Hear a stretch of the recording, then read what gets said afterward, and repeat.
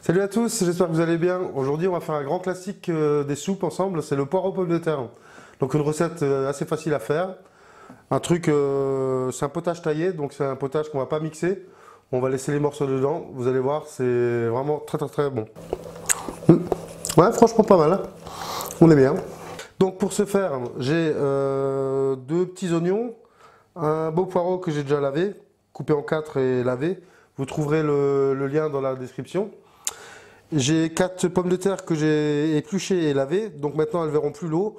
On va les tailler en petits morceaux, on va les garder comme ça. L'amidon qu'il y a dans la pomme de terre va permettre de lier un petit peu notre potage. On va commencer par émincer nos oignons. On va même pas émincer, ciseler, parce que comme je vous ai dit, on va pas mixer la soupe, donc on va garder les morceaux. Grossièrement, on va faire des... Voilà, j'ai coupé 1, 2, 3, 4, 5. Après par contre, on peut couper fin.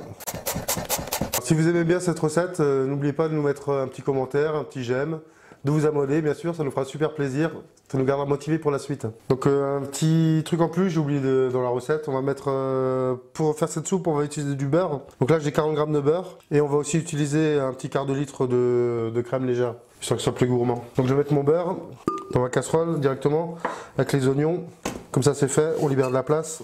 Je vais mettre ça tout gentiment à même pas la moitié de la puissance de la plaque, histoire que ça commence, le beurre fond, ça commence à faire revenir un petit peu les oignons. Comme ça on gagne du temps, on commence la recette. Ça c'est gentil, ça se fait tout seul. On va continuer à couper notre poireau et notre pomme de terre. Donc là le poireau on peut le couper, faut le couper bien fin.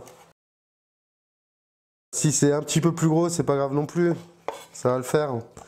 Alors dans ce cas-là, tu peux la mixer si les morceaux sont trop gros ou pas? On peut mettre un ou deux petits coups de mixeur dedans, histoire de quoi. Mais c'est mieux, c'est meilleur avec des morceaux que entièrement mixés. Donc c'est parti, maintenant on va couper nos pommes de terre. On les coupe en deux.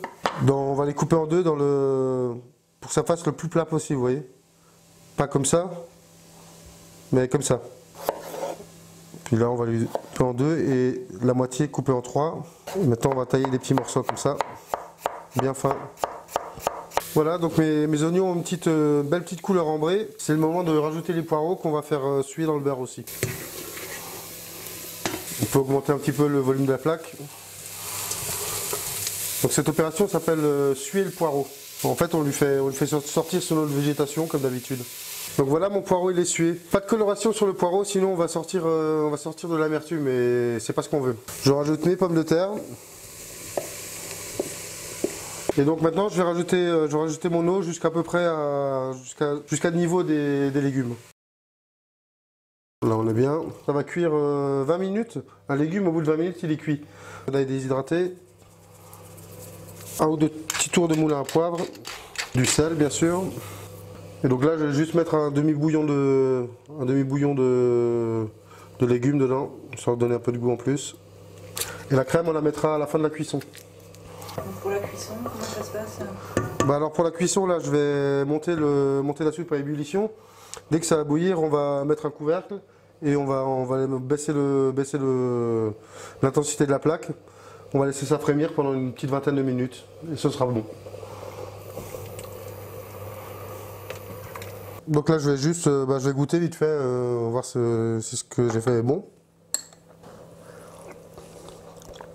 Ouais, franchement pas mal, hein. On est bien. Un bon appétit et si cette vidéo vous a plu, j'espère que vous nous mettrez un petit commentaire, un petit like. N'oubliez pas de vous abonner.